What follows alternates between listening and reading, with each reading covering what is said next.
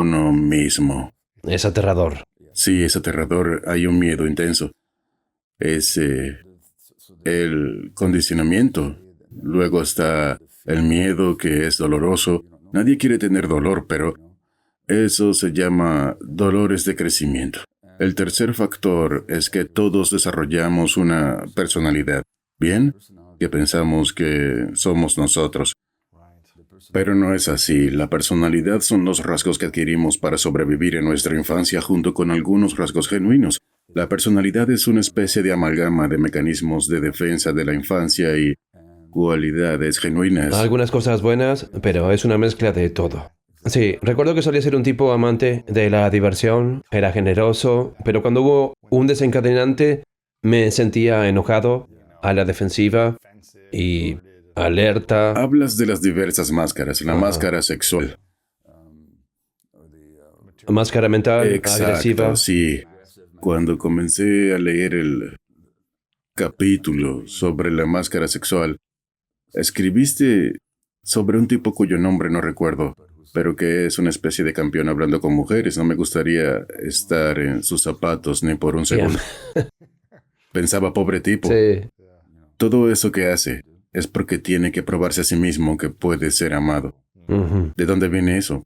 Pero nos identificamos con eso. sí. Pensamos que somos la personalidad, que somos sexualmente atractivos o agresivos, o un tipo que le gusta lo material que va a triunfar en el mundo. Pensamos que somos nuestra personalidad. Esas son las tres fuentes. Uno es el condicionamiento, el otro es el miedo, el dolor, y en tercer lugar es la identificación con la personalidad. Creemos que eso es lo que somos. No sabemos quiénes seríamos sin ello, aunque todo se basa en el trauma. Sí, es la construcción de identidad. ¿Sabes? Hablo de cómo la identidad te ayuda a lograr o protegerte de ciertas cosas. Pero tampoco nos sirve aferrarnos a esa identidad si queremos el siguiente nivel de paz y libertad. Exacto. Pero es difícil matar la identidad. Es algo que has tenido durante décadas y tienes que dejarlo ir. Sí, ni siquiera iría tan lejos. En los capítulos de curación de este libro hablo de hacer amistad con ello. Tengo que ser honesto. Dije que no querría estar en los zapatos de aquel tipo ni por un minuto. Eso no es cierto. Una parte de mí lo envidiaba. Incluso ahora tengo 78 años y estoy casado desde hace 53 años, pero leí sobre un tipo que se acostó con muchas mujeres. No quiero ser como ese tipo y no lo haría. Hace mucho tiempo que elegí no serlo, pero todavía pienso, ¿quién no quiere ser así de deseado? Sí, tiene que ver con el ego o el deseo. Sí, sí. Si no matáramos o nos hiciéramos amigos de esas partes, si alguien viniera a mí con ese tipo de patrón de sexualidad, bien, pueden sentirse drogados por un momento como cualquier adicto, No es ¿entiendes? satisfactorio. No lo es. No diría que mates esa parte de ti, hazte amigo de ello. Averigüemos el por qué. Lo que está tratando de hacer por ti es tratar de hacerte sentir querido, valioso, deseable, amado temporalmente y poderoso. ¿Qué te pasó que no te sientes amado, deseable ni poderoso? En otras palabras, no se trata de deshacernos de esas partes o esos aspectos de nosotros mismos. Es cuestión de llegar a conocerlos. Todos comenzaron como mecanismos de defensa. Ese hombre que describiste en tu libro, te garantizo que es un ser humano altamente traumatizado. Ujú. Cuando empezamos a preguntarnos, ¿qué te pasó? O cuando te sientes débil, no amado o Sí. no querido. Digamos que alguien que mira o escucha puede evaluarse a sí mismo y estar presente, reflexionar sobre los momentos dolorosos del pasado, de los que muchas personas ni siquiera están dispuestas a hablar de ello. Así es. Durante casi 25 años tuve un recuerdo de haber sido abusado sexualmente y pensaba en ello casi todos los días. Por un momento, al menos semanalmente, tal vez no todos los días, pero era un recuerdo. Nunca se lo había dicho a nadie durante 25 años porque era muy vergonzoso y no quería que se burlaran de mí. Si alguien puede autoevaluarse y decir, está bien, tuve dolor y trauma, no me sentí poderoso. ¿Cuál es el siguiente paso una vez que empiezan a escribir en un diario al respecto? ¿Son conscientes de ello y quieren sanar? ¿Cuál sería el próximo paso en el proceso? Bueno, no es que pueda prescribir como debería ser para todos. Hay muchas maneras diferentes de trabajar, pero una de las cosas que abordaría en primer lugar es la vergüenza. Uno de los impactos del trauma es la vergüenza, porque los niños son narcisistas por naturaleza.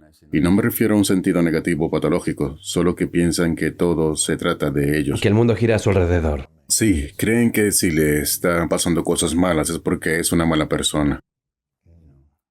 Y número dos, piensa que no se defendió. No pudo defenderse. Y cree que eso le hace débil. Se avergüenzan de eso. Cuando lo miras, el no contraatacar es el mecanismo de defensa de la naturaleza. Parte de tu sistema nervioso simplemente se congela porque si te defendieras, ¿qué pasaría?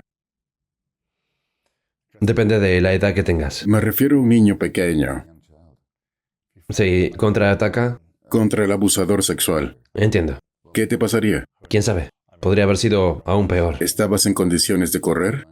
No. No. No, estaba atrapado en un baño. La parte de tu sistema nervioso que te haría pelear o huir se inactiva. Eso es lo que sucede.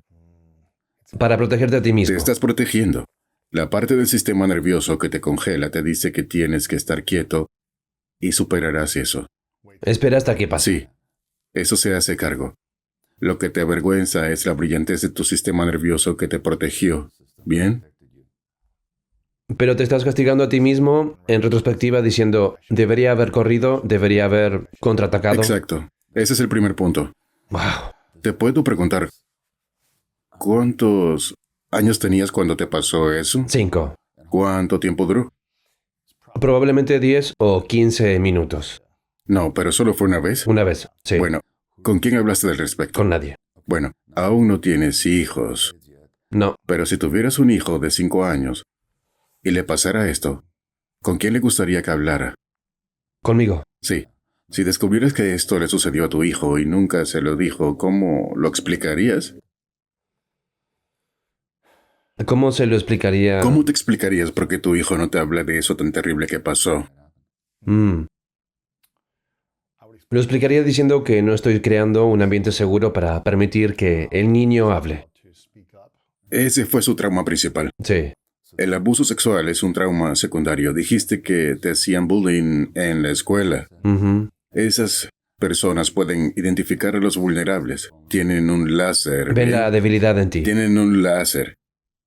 Que hay una persona débil e insegura. Sí. Sí, lo cual habla de su propio trauma. Bien. Pero tienen un láser como los médicos que abusan de sus pacientes. Los líderes espirituales que les hacen eso a sus seguidores también. Ven una debilidad. Usan el láser, lo sienten. Y eso es lo que eligen. Los que te maltratan hacen lo mismo. Esa debilidad, como lo llamamos, proviene de no tener el apoyo sólido. La protección, la confianza y la seguridad en tu familia de origen, esa es la prueba principal, Bien. ¿verdad? Eso es lo primero que pasó. Sí, seguramente. Ese es el caso. Sí, para responder a tu pregunta, si alguien viene a mí con esos problemas, en primer lugar, si alguien se da cuenta de esas cosas, le diría, no intentes hacer esto por tu cuenta. Es muy difícil. Habla con alguien. Es muy difícil. Sí. Las personas con adicciones van a grupos de 12 pasos donde pueden hablar sobre eso. Y las personas idealmente no lo juzgarán. Eso no pasará. En un espacio seguro. Es un espacio seguro. No. O puedes hablar con amigos, con un profesional o con una pareja íntima. Esa relación es lo suficientemente cercana como para que puedas compartir esto. Pero tienes que sacarlo de ti.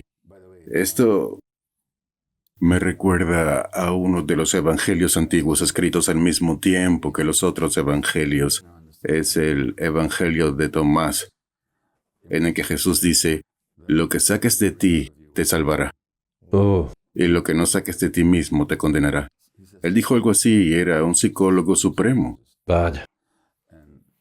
Tienes que hablarlo. Sí, lo que reprime se vuelve más depresivo, ¿bien? Exacto, sí, tiene que empezar con eso en alguna parte. Tienes que sacarlo. ¿Qué pasa si dice que no fue gran cosa? Que sucedió en el pasado y solo sucedió unas pocas veces, ya sea se trate de abuso sexual, de que alguien te grite, te haya descuidado o puesto en un Escucho eso rincón. todo el tiempo. No fue gran cosa, ¿sabes? Escucho eso todo el tiempo. No, no deberías estar preocupado por eso. Sí, Tenía 5, ¿a quién le importa? bien. Entonces, Esa es una manera muy simple de responder eso. es por eso que somos un desastre No, ahora. no, para nada. Si un niño de 5 años viniera a ti y dice, tío Luis, un tipo me hizo tal y tal cosa, y estoy asustado y herido, ¿les dirías, no, no es gran cosa? No, Piensa en todos los otros niños a los que les han pasado las peores cosas. ¿Dirías eso? ¿Por qué no dirías eso? porque me gustaría ayudar a mi sobrino y asegurarme de que se siente apoyado, visto y ¿Cuál amado. sería el impacto si dijeras eso? Siento que probablemente lo afectaría por mucho tiempo si eso Sí. fuera un patrón. Sí, Si esa fuera la respuesta que escucho. pero eso es lo que te estás diciendo a ti mismo. Bien. Cuando dices que no es gran cosa, le estás diciendo al niño de 5 años que estaba herido. En otras palabras, no hay autocompasión. Lo que nunca le dirías a nadie más, te lo estás diciendo a ti mismo. Uno de los impactos del trauma es la falta de autocompasión.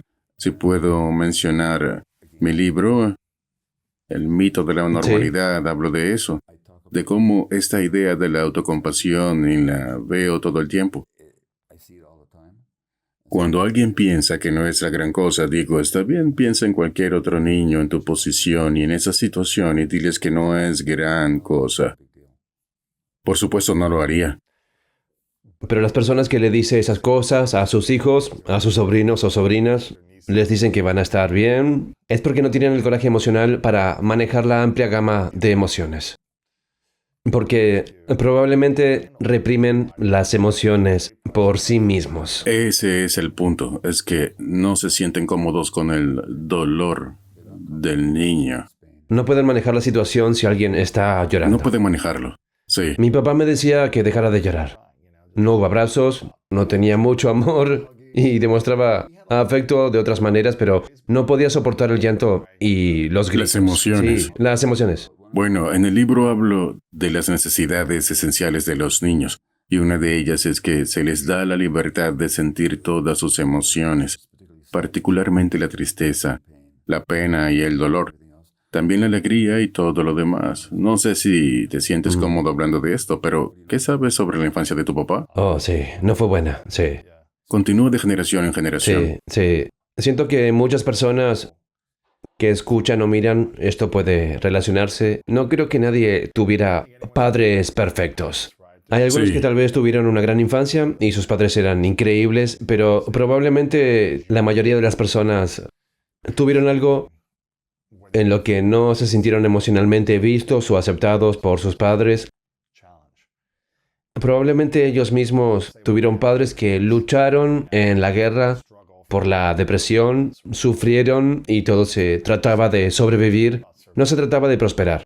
¿Cómo rompemos el trauma generacional y no dejamos que se transmita a nuestros hijos? No ser visto es una fuente importante de trauma. No ser visto en general, Simplemente no ser visto por lo que eres. no ser aceptado. Sí, se espera que sea diferente de lo que realmente somos. Es un gran trauma para las personas en la sociedad y es muy común. Y ¿Puedo hacerte una pregunta Sí. antes de pasar a Sí. lo siguiente? Puede ser una pregunta controvertida, pero siento que quiero hablar de esto porque nací en el 83. Al crecer en los años 80 y 90 en el Medio Oeste, las personas todavía sentían miedo de declararse Sí. gay, Sí. ¿verdad? No era totalmente aceptado, los padres no aceptaban a sus hijos cuando decían, soy diferente, soy gay, no soy tan parecido a ti, y tengo miedo de hablar de eso porque no creo que me ames y me aceptes. Bien, Exacto. ahora hay más personas que se declaran gay.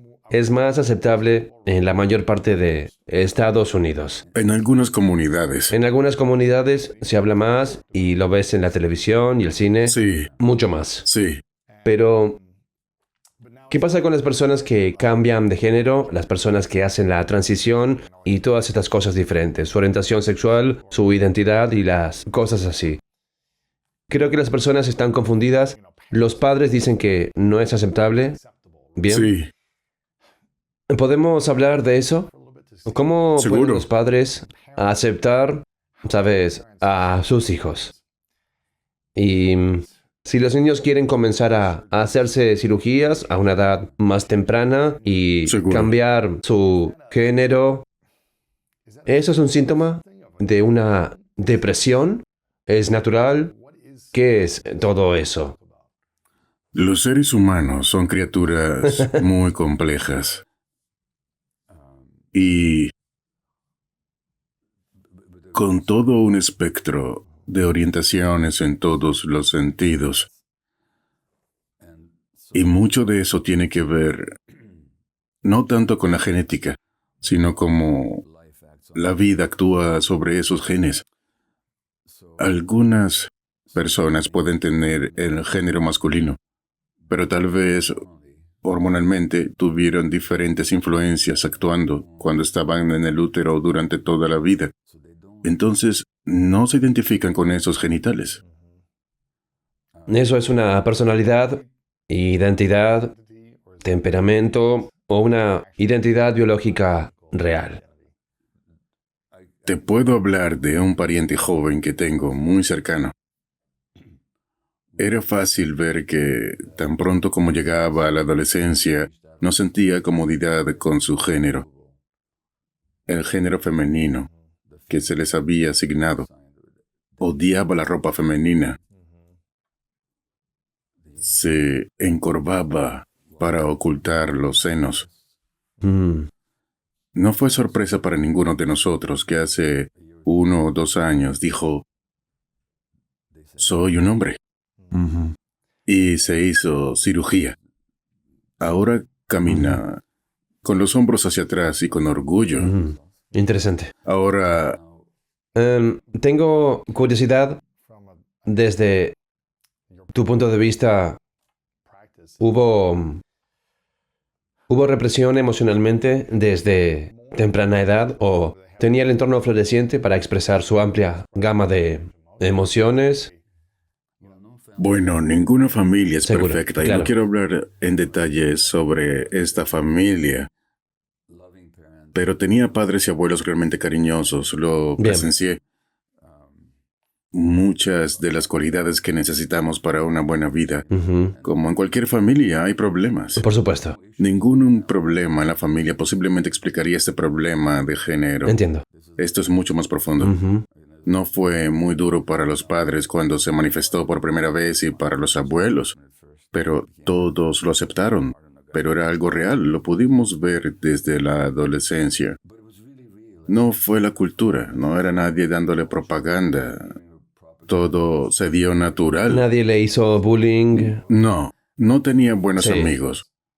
No había problemas como ese. No fue un trauma. No, Entiendo. no fue un trauma. El trauma no hace que nadie cambie de género. Interesante. Bien, lo que es traumático es que no eres aceptado por quien te percibes a ti mismo. Ahora eso puede ser traumático. Pero esa es una historia diferente. En muchas familias con hombres homosexuales es posible que incluso si se dieron cuenta de su homosexualidad, la reprimieron por miedo.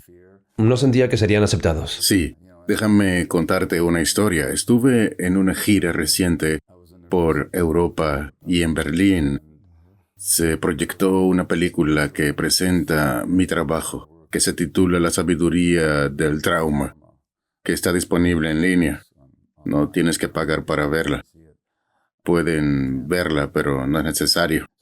Lo pasaron en un teatro en Berlín. 500 personas en 2 proyecciones. Hay un chico que conocí en línea en un seminario cuyo nombre es Ben. Puedo hablar de esto porque es público.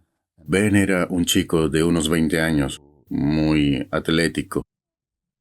tuvo un accidente hace un año. Se fracturó la columna y quedó parapléjico. Y lo conocí por primera vez. Quería hablar conmigo desde su cama de hospital en Berlín, en su seminario web, frente a 1000 personas. Estaba en el hospital. Estaba en el hospital Vaya. cuando me habló en ese seminario web. Descubrí que es una persona espiritualmente asombrosa. Como Ben es de Berlín, fue a la proyección de la película Este año. este año. Hace un mes en su silla de ruedas. Está parapléjico. Le pedí que hablara con el grupo sobre resiliencia. Lo hizo. Su discurso fue elocuente y hermoso y se quedó para la segunda función. No sabía por qué quería quedarse para la segunda función porque ya vio la película, pero se quedó al final, después de las preguntas y respuestas. Dijo que quería decir algo y le dimos el micrófono. Quiero decirles a todas estas personas aquí que no me atraen los miembros del sexo opuesto. Me atraen más las personas de mi propio sexo. Nunca le he dicho esto a nadie. Wow. Este es el mejor cumplido que he recibido, dijo.